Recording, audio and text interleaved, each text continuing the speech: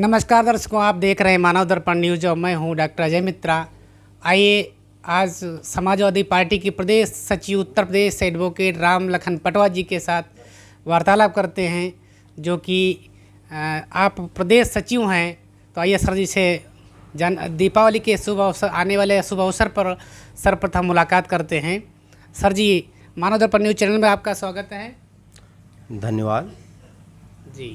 आप पार्टी के प्रदेश सचिव हैं, तो इसको लेकर के आप दीपावली आ रही है, इसको लेकर के आप क्या बोलना चाहेंगे? सबसे पहले मैं समूचे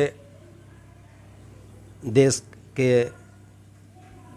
लोगों को, यहाँ की आवाम को बहुत बहुत बधाई देना चाहता हूँ कि दीपावली, भैया दूज, धनतेरस, गोवर्धन पूजा बहुत बहुत आप लोगों की शुभ हों, बहुत बहुत आप लोगों की शुभ हों। आपको इसके लिए बहुत बहुत हार्दिक बधाई। सर जी, आने वाले समय में चाहेंगे कि जो पार्टी की गतिविधियां हैं 2024 के चुनाव लेकर के क्या कहना चाहेंगे? देखिए, 2024 में समाजवादी पार्टी चूँकि उत्तर प्रदेश में सबसे बड़ी पार्टी है, मुख्य विपक्षी दल है और सरकार बनते बनते रह गई, जैसा कि मीडिया भी जानती है, अधिकारी भी जानते हैं, उत्तर प्रदेश की आवाम भी जानती है कि क्या हुआ। वरना सरकार तो सपा की ही बननी थी। कुछ चूक हुई लोगों से, बहुत सी सीटें ऐसी थी जो 200, 100, 500, 1000 इससे हारी क्या गई। बहुत जगह 2-2, 3-3 बार रिकाउंटिंग करवाई गई और जानबूझ करके पार्टी को हराया गया। लेकिन इस बार माननीय राष्ट्रीय अध्यक्ष जी के नेतृत्व में जो जगह जगह प्रशिक्षण शिविरों का संचालन किया गया और प्रशिक्षण शिविर में पूरी तरीके से कमर कस करके समाजवादी पार्टी के कार्यकर्ता पदाधिकारी तैयार हैं और इस बार 2024 में कम से कम 40 से 50 तक सांसद हम लोग जीत करके लाएंगे, हर हाल में जीत करके लाएंगे।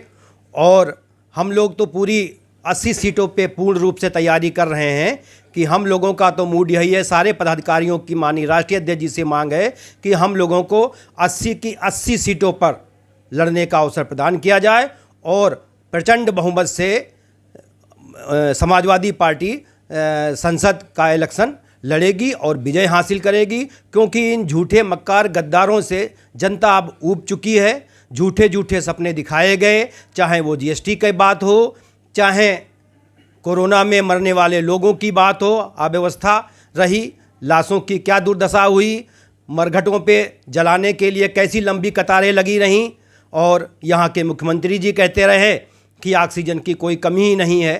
अभी तक किसानों का मुद्दा ले लीजिए, किसानों के आंकड़े आते थे, जितने भी किसान आत्महत्या करते थे, सुसाइड करते थे, उनके आंकड़े आते थे। लेकिन इस सरकार ने क्या किया है, वो भी बंद कर दिया कि जो भी यहाँ सुसाइड किसान करेंगे उन आंकड़ों को भी बंद कर दिया।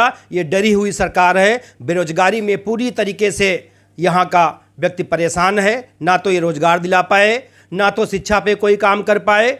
खाली हम लोगों को त्यौहार मनाने के लिए प्रोत्साहित करते हैं कि ये अमृत महोत्सव है, वो अमृत महोत्सव है। ये वही पार्टी है जिसने कभी तिरंगा का सम्मान नहीं किया। आज आरएसएस के लोग तिरंगे की बात करते हैं, जिनके कार्यालय पर नागपुर में आज तक कभी भी पिछले समय तक तिरंगे झंडे को नहीं फहराने दिया, उनसे नफरत करते थे। मेरे समझ में ये नहीं आ रहा है कि ये लोग अपने को देशभक्त कैसे कहते हैं। मैं चैलेंज के साथ पूछना चाहता हूँ कि भारत की आज़ादी में भारतीय जनता पार्टी का ऐसे एक व्यक्ति का नाम बता दें जिसने वीरगति को प्राप्त की हो या देश की लड़ाई के लिए लड़ा हो। यहाँ की आवाम खूब अच्छी तरीके से जान रही है कि देश की आज़ादी में इनका कोई योगदान नहीं है, केवल ये ढोंग रच रहे हैं। और वास्तव में अगर आपको देशभक्ति होती और आप जो आज सैनिकों की बात करते हो कि हमारे यहाँ की सेना बड़ी अच्छी है, ये आपकी बनाई नहीं है। ये सेना पहले से चली आ रही है, आपने तो बिगाड़ने का काम किया है।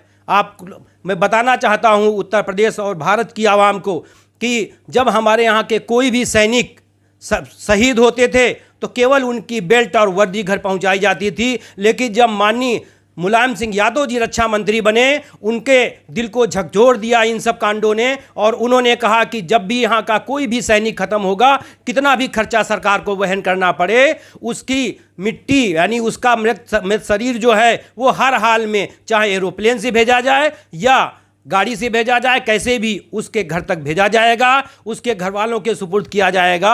उन्होंने पूरी तरीके से भावनाओं का ध्यान रखा। आज की सरकार ने क्या किया, अग्निवीर के नाम पर छलावा किया है यहाँ के युवाओं के साथ। और आप 4 वर्ष की नौकरी दे रहे हो। अरे हिंदुस्तान की फौज इस चीज़ के लिए विख्यात है कि सीने पे गोली लेती है, और आपने ये दुर्दशा कर दिया है। अभी पंजाब का एक सैनिक अग्निवीर पहली बार वीर गति को प्राप्त हुआ और उसको कोई सम्मान नहीं दिया गया, ऐसे ही उसकी बॉडी को भिजवा दिया गया।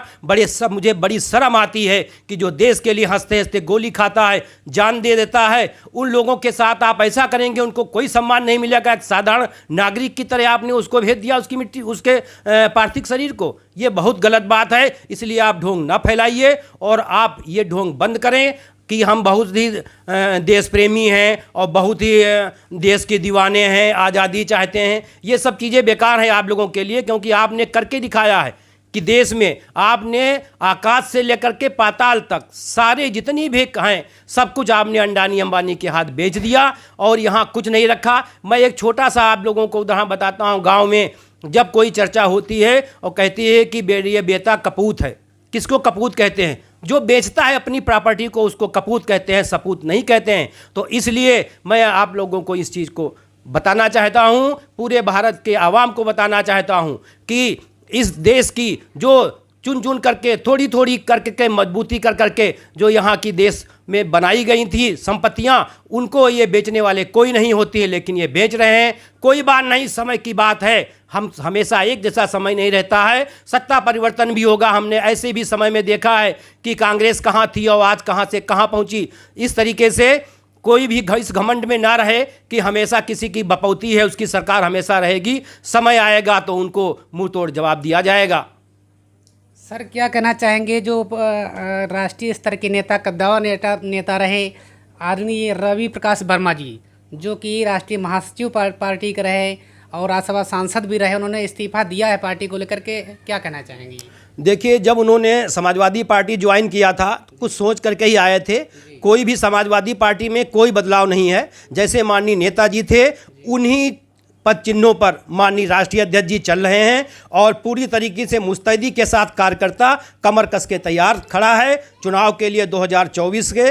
और चूंकि ये तो बड़ी पार्टी है, पार्टियों में ये सब चला करता है, उनकी अपना जो भी उनका व्यक्तिगत कोई रहा होगा उसके आधार पे उन्होंने छोड़ा है, तो उसमें कोई टीका टिप्पणी से कोई फायदा नहीं करने से है। हमें उससे और अधिक बढ़ चढ़ करके पार्टी को मजबूत करना है और पार्टी के लिए माननीय राष्ट्रीय अध्यक्ष जी, माननीय प्रदेश अध्यक्ष जी नरेश उत्तम पटेल जी, सुबह मैं तो जानता हूं कि सुबह 4 बजे ही सो करके उठ जाते हैं। 4 बजे ही कार्यकर्ताओं का तांता उनके आवास पर लगने लगता है बौखंडी में, और सारे लोगों में हर तरीके की बातें, वार्तालाप सब कुछ होता है। पूरा समय देते हैं पार्टी के लिए। हम जैसे एक ऐसे समाज के जिसको कोई पूछने वाला नहीं था, पटवा समाज, अभी भी भारत के बहुत से ऐसे ग्रामीण अंचल हैं जहां लोग पटवा समाज को नहीं जानते हैं। ऐसे आखिरी पंक्ति में खड़े हुए व्यक्ति को उन्होंने सम्मान दिया। 1999 से मैंने पार्टी ज्वाइन की और उसके बाद माननीय प्रदेश अध्यक्ष जी ने, राष्ट्रीय अध्यक्ष जी की स्वीकृति से मुझे उत्तर प्रदेश का प्रदेश सचिव बनाया है। और सर्वप्रथम जंग बहादुर पटवा जी जो काकोरी कांड में शामिल थे, उनकी जयंती अपने कर कमलों से अपने प्रदेश कार्यालय पर मनाया है। इसलिए मेरा पूरा समाज वार्तालाप करते आभार प्रकट करता है माननीय राष्ट्रीय अध्यक्ष जी का कि उन्होंने सबसे पहले हमारे समाज का संज्ञान लिया है। सर, 2024 की चुनाव की तैयारी को लेकर के पार्टी और पार्टी के कार्यकर्ताओं के प्रति क्या कहना चाहेंगे? देखिए, अभी लखीमपुर कार्यक्रम था, सीतापुर में था, शाहजहांपुर में था, सब कहीं बराबर पूरे प्रदेश भर में कार्यकर्ताओं का हुजूम तैयार हो रहा है।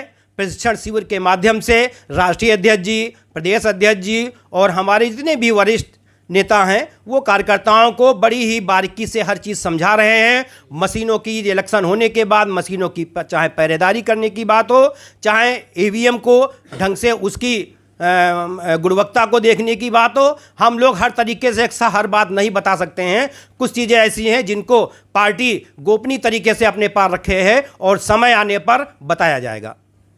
धन्यवाद।